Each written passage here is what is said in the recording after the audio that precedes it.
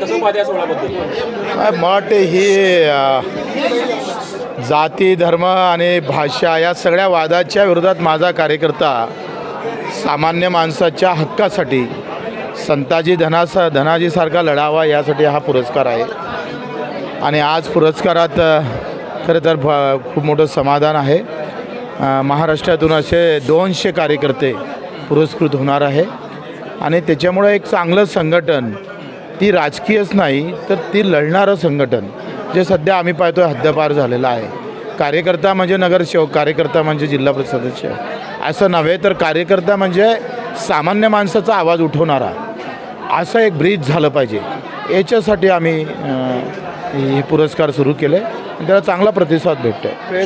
शेतकऱ्यांची कर्जमाफी आणि दिव्यांगांना महिना 6,000 रुपये या दोन्ही गोष्टी अजून सरकारने केलेल्या नाही. लाडकी बहीण योजनामुळे या गोष्टी होतात का? त्याचा काही ओझं आहे? बिलकुल नाही. मला असं वाटत नाही लाडकी बहिणीमुळे ते होतं.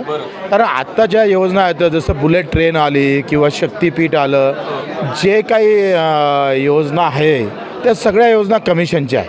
म्हणजे सगळ्या सिमेंट वर्क, म्हणजे ज्याच्यातून टेंडर प्रोसेस, मग त्याच्यातून कमिशन आणि त्याच्यातून सरकार पण चालेल आणि पक्ष पण चालेल अशी एक व्यवस्था. बजेटमध्ये जर तुम्ही पाहिलं, बजेटला दुर्बीण लावून पहा, त्या बजेटमध्ये सगळे जे काही योजना दिसतं किंवा ज्या तरतुदी दिसतं त्या सामान्य माणसासाठी आहेच नाही. सांगायला लाडकी बहीण आहे पण प्रत्यक्षात लूट चालू आहे, प्रत्यक्षात लूट चालू आहे. आणि मग त्याचं पहिलं आंदोलन आता आम्ही 14 तारखेला सगळ्या मंत्र्याच्या घरासमोर रक्तदान करणार. या दरम्यान गुलाबराव पाटलांच्या गाडीचा हवा सोडणार. ते आंदोलन भाग म्हणून, रोष म्हणून नाही. त्यांचं झाल्यावर पुन्हा एक नाव आम्ही समोर करू. जेथपर्यंत दिलेलं वचन, खास करून सरकारमध्ये जो पक्ष आहे भारतीय जनता पार्टी, यांनी जे वचनं दिले होते, कर्जमाफी करू, दिव्यांगाचा मानधन वाढवू, तिकडे सोयाबीनचं GST जे काही परत येईल ते सोयाबीनला 6,000 देऊ, MSPमध्ये 20% बोनस देऊ, काहीच करत नाही आहे. म्हणजे फक्त वचननामा जाहीर केला, छापला, मतं घेतली, पण आता त्याच्यावर फडणवीस साहेब बोलायला तयार नाही. त्यांना बोलणं करण्यासाठी 14 तारीख धर्मवीर संभाजी महाराजची जयंती आहे, तेव्हा रक्तदान करून रक्त सांडवाची वेळ येऊ देऊ नका ह्या इशारा द्यायचा आहे. आणि जून महिन्यात मात्र आम्ही घेरणार आहोत.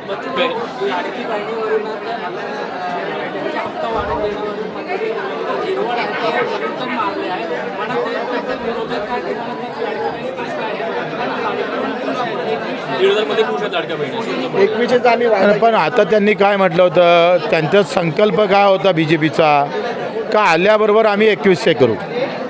मग 2100 केलेच नाही. आणि आज अर्धे दिव्यांग जर तुम्ही पाहिलं तर त्यांना दर एका महिन्यानं मानधन भेटत नाही. पण सगळ्या मोठ्या बिल्डरचे पैसे बरोबर निघतं, त्यांचा एकही हप्ता रुकला नाही. मग दिव्यांगाचे का रुकतं? आमच्या विधवा भगिनीच्या का पैसे रुकतं? संजय गांधीचे 4-4 महिने भेटत नाही. रोजगार हमी योजनेचे पैसे 8 महिने झाले, 8 महिने. तो 24 तास ते काही योजनेचे नाही आहे, मेहनतीचे पैसे आहे. ज्यानं मजुरीवर काम केलं आणि 8-8 तास काम केलं त्यांना 4-4, 8-8 महिने पैसे भेटत नाही मजुरांना. कसे जगणार आहे? लक्ष नाही. एकतर मीडियाचं लक्ष नाही, आमचंही लक्ष नाही, राज्यकर्ते लोकांना त्याचं काही लेनदेन नाही.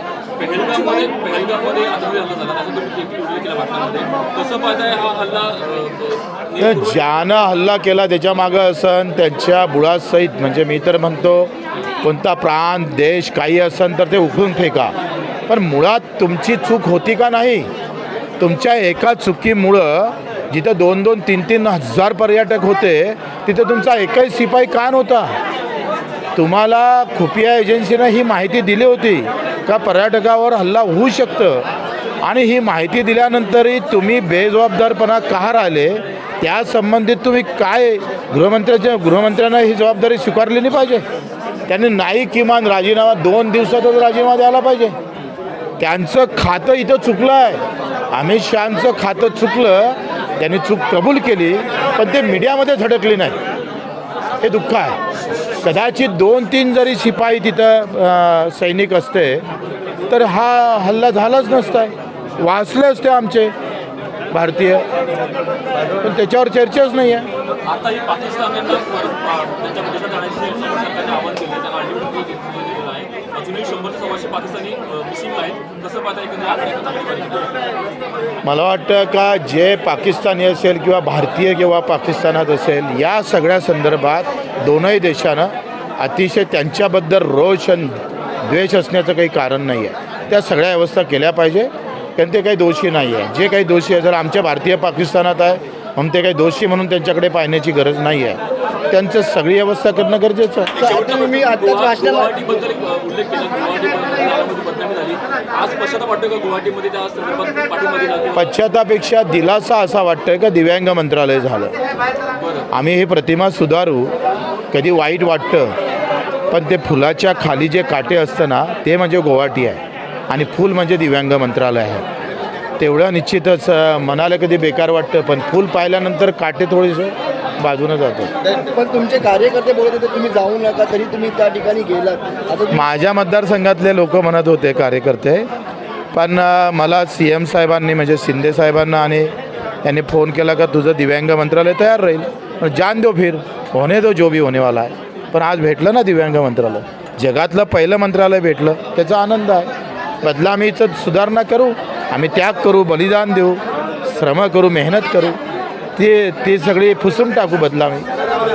पण दिव्यांग मंत्रालय भेटलं याचा आनंद आहे. असं तुम्ही पेहलगामबद्दल असं देखील म्हणतात, म्हणजे आता भाषणामध्ये भारतात असा कुठे भेदभाव निर्माण करण्यासाठी प्रयत्न केला जात आहे, जो म्हणजे तुम्ही मुसलमान. मी त्याबद्दल नाही बोलत आहे. मी काश्मीर घटनेवरून हे बोलत नाही. देशात जे वातावरण होत आहे, जसं आता कधी मराठीचा मुद्दा येतं, कधी हिंदी भाषिकाचा मुद्दा येतं, कधी अफजल म्हणजे गुवाहाटी आहे आणि फूल म्हणजे दिव्यांग मंत्रालय आहे.